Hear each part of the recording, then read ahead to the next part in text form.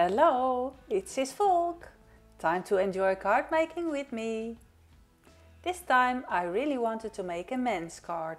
I have these two stamps from alinacraft. One stamp with all kinds of figures and one stamp with a plate pattern. Today I'm going to try to combine these two stamps with each other.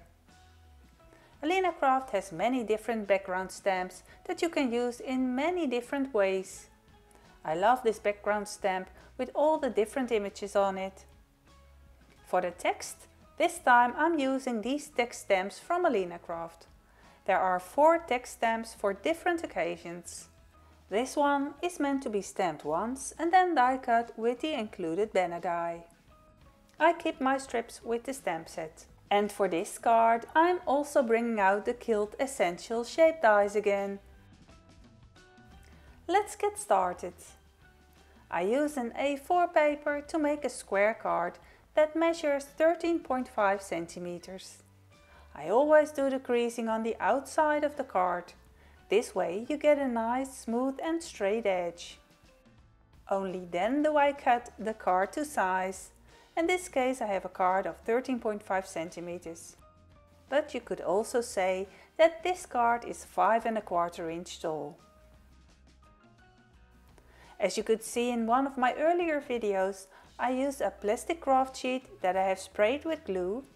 This way the paper sticks well without the need for magnets. At the top right you will see a small circle with an eye in it that refers to that video if you click on it.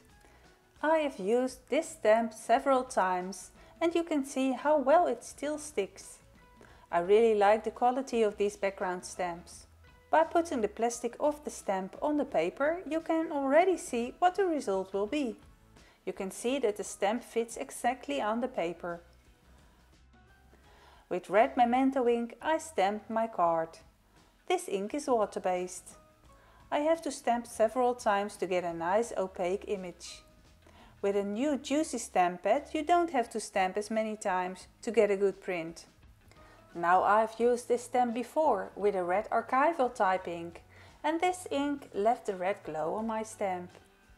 Water-based ink does not do this, but it has no effect on the result of the print.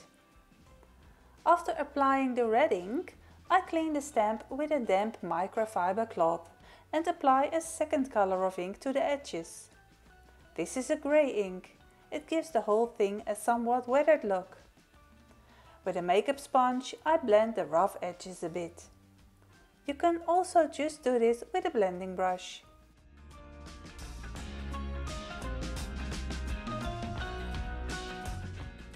You see, this print suddenly has a much more masculine look.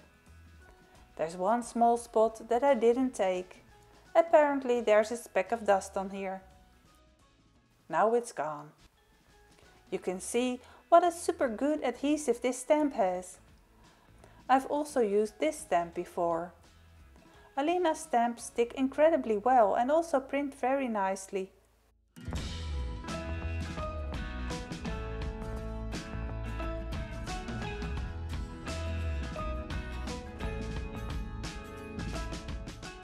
I want to stamp the stamp with the images over my plate pattern. I'm looking closely to make sure it sits upright and right in the middle.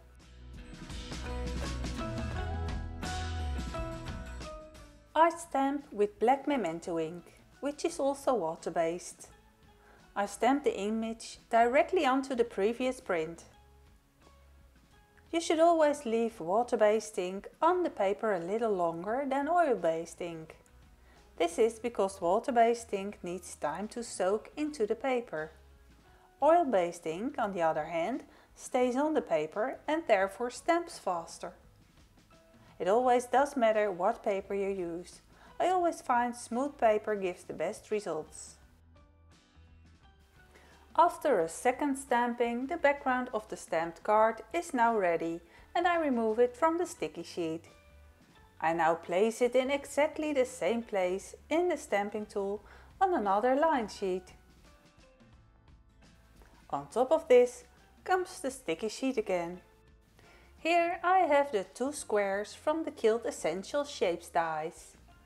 I die cut the larger shape from black paper and die cut the smaller shape from white paper. I now place the white square on a spot on the card where I want to glue on this shape later. I take the diagonal lines of the plate pattern into account. Because I want to heat emboss this section later, I use the Memento Lux ink. This is a high-tech ink that stays on the paper and the embossing powder sticks to it. I also need to refill this ink pad, so I stamp on the same spot several times.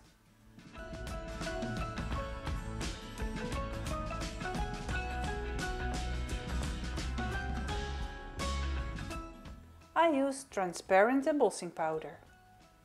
The clear paper you see is tracing paper. I always use this to catch my embossing powder so I can put it back in the jar. By tapping lightly on the back and blowing lightly, you remove the excess powder. I always enjoy embossing so much. So nice to see the matte powder become shiny. It makes a difference whether you heat only on the top or the bottom of the paper. For porous paper it is best to heat from the bottom. This is smooth paper and can be heated for a long time from above, without bulging. In this case, the embossing powder melts better because of it and becomes smoother. I stick the white square directly onto the black square. I prefer to do this with double-sided tape. That sticks really well and very nice and flat. The way I do this I have shown many times. I hope that by now you yourself are using this way of working. This way is much easier and better. Have you liked this video and subscribed to my channel Cisvolk? I hope to get many more followers so that my instruction videos will be shown to more people, and also YouTube with its incomprehensible algorithm will introduce my videos to other viewers. Right now I'm taking a look at what it would look like if I positioned the square in a different place than the place I stamped it. But I don't like this as much anyway, so I rotate it to the right place. I now stamp the text first. I always keep my white strips of paper in a bag. They always come in handy.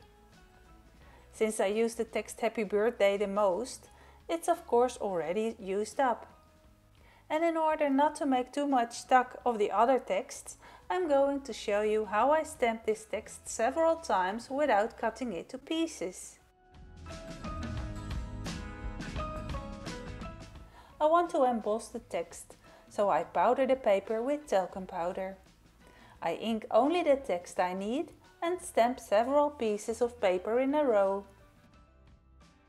If you like to keep the paper above and below the stamp white, you can also tape this piece of paper with masking tape.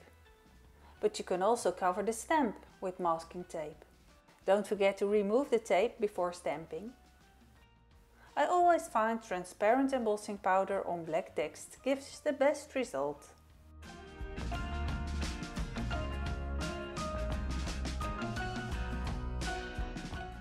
This time I'm not using the included text die, but I'm using one of the gilt dies. Fits perfectly and is super quick to do. This die comes in 3 sizes, so it is suitable for multiple texts. If you only want to use the word happy, you can go either way. Or use one of the other shapes from the Gilt Essential Shapes dies. I want to overlap the text strip and glue it on raised. And I also want to glue the square raised. I use the foam blocks from 3M that alinacraft sells. These have really good adhesive strength. Guaranteed that these pieces of paper will still be stuck a year from now.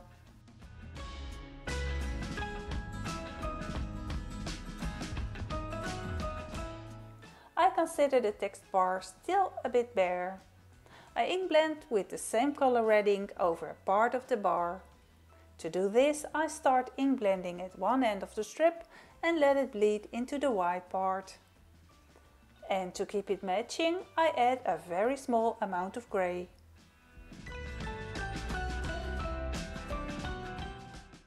To be able to glue the text strip on, I also need foam blocks. If I don't do it, it would be wonky. I measure out to about where I need a foam block and from where I just need to use glue.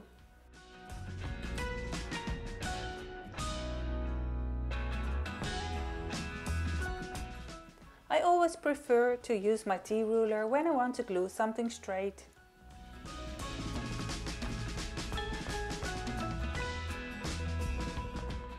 And now to the envelope. I start with the flap of the envelope. This is where I want to stamp the plate pattern. I quickly mask the part I don't want to get stamped with my plastic line sheet. But for a nicer, sharper line, you'd better use masking tape for this, or if necessary, a piece of white paper that you tape down. Also with this print, I ink first with the red ink and then partly with the grey ink. And I clean the stamp in between with a damp cloth.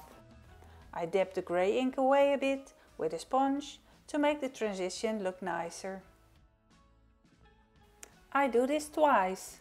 It depends on how juicy the ink still is and how dark you want the print to be. I am happy with this grey ink on top. I do think this has a masculine look to it. For the front of the envelope I use the men's stamp.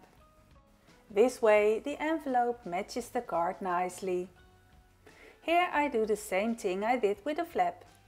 I like to have the watch in the border, so I place the stamp a little higher. I use black water-based memento ink and again I let the stamp rest on the paper a little longer to let the ink soak into the paper. You see, in this case you can't use the magnetizer because the stamp is the same size as the paper. I hope I have given you an idea to combine background stamps with each other and to use different die cuts to finish your card. If you would like to learn more about the stamp on your die cut technique, I encourage you to watch an earlier video of mine. The link for this is in the description. You will also find links to the products I used in the description. If you are going to shop on AliExpress, please click on one of my links. I will earn a few cents commission with this and it will cost you nothing extra. Thank you for watching my video to the end. Please also take a look at one of my other videos. And if you've seen them all, I hope to see you again soon. Bye bye!